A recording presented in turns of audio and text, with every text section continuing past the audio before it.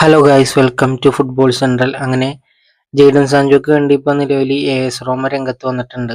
ഒരു 20 മില്യൻ്റെ ബിഡ് അവർ വെച്ചിട്ടുണ്ട്. പക്ഷെ ഇതുവരെയായിട്ടും സാൻചോ പേഴ്സണൽ ടൈംസ് എഗ്രി ആയിട്ടില്ല എന്നാണ് പറയുന്നത്. പക്ഷെ താരം പോവാൻ താല്പര്യമുണ്ട്. പക്ഷെ പേഴ്സണൽ ടൈംസ് ഇതുവരെയായിട്ടും എഗ്രി ആയിട്ടില്ല. ഒരു 23 മില്യൺ എന്തോ കിട്ടും മാഞ്ചസ്റ്റർ യുണൈറ്റഡിന്.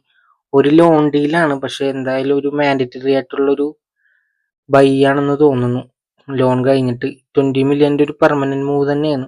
ലോൺ വെച്ചിട്ട് ആളെ കൊണ്ടുപോയിട്ട് അടുത്ത സീസണിൽ എന്തായാലും ബൈ ക്ലോസ് ആക്ടിവേറ്റ് ചെയ്യും. നമുക്കറിയാം സാൻജോന്റെ നിലവിലെ സാലറി ഭയങ്കര ഹൈ ആണ്. അതാണ് പേഴ്സണൽ ടൈംസ് എഗ്രി ആവോ ഇല്ലേ എന്നുള്ളൊരു സംശയം. പക്ഷെ എങ്ങനെയെങ്കിലും ജെയ്ഡൻ സാൻജോനെ AS റോമക്ക് ഉണ്ടായാൽ മതിയായിരുന്നു. നമുക്കറിയാം താരം ചെൽസിയിലേക്ക് നിലവിൽ പോയതാണ്.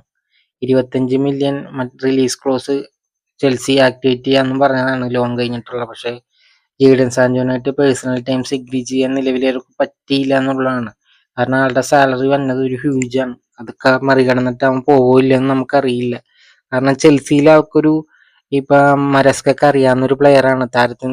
മാനേജർക്ക് താരത്തിന് നിർത്തണമെന്നുണ്ടായിരുന്നു. പക്ഷെ അവന്റെ സാലറി കാരണമാണ് അവർ നിലവിൽ അതിൽ നിന്ന് ഒഴിഞ്ഞിട്ട് ഒരു പെനാൽറ്റി ഫീ മാഞ്ചസ്റ്റർ യുണൈറ്റഡിന് തന്നത്. എൻ്റെ ഒരു ഒപ്പീനിയനിൽ എങ്ങനെയെങ്കിലും ഇവനെ കൊടുത്തൊഴിവാക്കുക. ഇവനെ എങ്ങനെയെങ്കിലും പേഴ്സണൽ ടൈംസ് എഗ്രി ചെയ്യുക. നേരത്തെ ചെൽസി ആയിട്ട് എന്തോ 230K 200K എന്തോന്ന് പറഞ്ഞത്. അതിന്റെ താഴെയെന്ന് തോന്നുന്നു. അതുകൊണ്ട് അവൻ സമ്മതിച്ചില്ല. ഇവന് തുർക്കിയിലേക്ക് പോകേണ്ട, സൗദിയിലേക്ക് നമുക്കറിയില്ല. നിലവിൽ വേറെ ഡോട്ട്മുണ്ട് രംഗത്തുണ്ടെന്ന് പറഞ്ഞു. പക്ഷെ അവർ ഇതുവരെയായിട്ടൊരു കോണ്ടാക്ട് നടത്തിയിട്ടില്ല. നിലവിൽ ഡോട്ട്മുണ്ടിലേക്കാണെങ്കിൽ സാൻചോ എന്തായാലും പോവും. അവന്റെ എന്തായാലും ഒരു സാലറി പാക്കേജ് ഒക്കെ അവർ കൊടുത്തോളും. ലോണിൽ കൊണ്ടുപോയിട്ടുണ്ടായിരുന്നു കഴിഞ്ഞതിന്റെ മുമ്പത്തെ സീസൺ. അതുപോലെ അവർക്ക് ചെറിയ രീതിയിൽ ഒരു ഇൻട്രസ്റ്റ് ഉണ്ടെന്ന് വാർത്തകൾ വന്നിരുന്നു വെച്ചു. പക്ഷെ അത് കഴിഞ്ഞിട്ട് പിന്നെ യാതൊന്നും സംഭവിച്ചിട്ടില്ല. പക്ഷെ എൻ്റെ അഭിപ്രായത്തിൽ സാൻചോ പോവോ ഇല്ലയോ എന്ന് ചോദിച്ചു കഴിഞ്ഞാൽ അയാളുടെ സാലറി അനുസരിച്ചിരിക്കും. ചാൻസ് കുറവാണെന്ന് തോന്നുന്നു. കാരണം അവന് പറ്റിയൊരു പേയ്മെന്റ് നിലവിൽ AS റോമിൽ കൊടുക്കാൻ പറ്റുമല്ലോ എന്നറിയില്ല. ചിലപ്പോൾ കൊടുക്കാൻ പറ്റുമായിരിക്കും. അതുകൊണ്ടായിരിക്കുള്ളൂ അവർ ഈ ഒരു 20 മില്യന്റെ ബിഡ് മുന്നോട്ട് വെച്ചേക്കണത്. അപ്പൊ ജെയ്ഡൻ സാൻചോന് വേണ്ടി ഇനി ഡോട്ട്മുണ്ട് വരുമോ ഇല്ലയെന്ന് നിലവിൽ നമുക്കറിയില്ല. നമുക്ക് കാത്തിരുന്ന് തന്നെ കാണേണ്ടി വരും. ജെയ്ഡൻ സാൻചോ പോട്ടെ എന്നാണ് എൻ്റെ ഒരു അഭിപ്രായം. അതല്ലാതെ ഇപ്പൊ ബലേബക്ക് വേണ്ടിയിട്ട് മാഞ്ചസ്റ്റർ യുണൈറ്റഡ് നിരവധി ടോക്കുകൾ നടത്തുന്നുണ്ടെന്ന് ഈ പ്രമുഖന്മാരെയൊക്കെ പറയുന്നുണ്ട്. ബലേബ വരാൻ ഇൻട്രസ്റ്റഡ് ആണ്.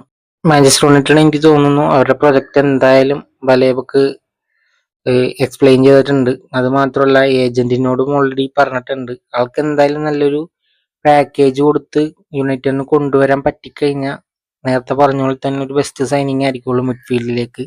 റൂബൻ അമോറിം നല്ല രീതിയിൽ പുഷ് ചെയ്യുന്നുണ്ടെന്നാണ് നിലവിൽ റിപ്പോർട്ടുകൾ വരുന്നത്.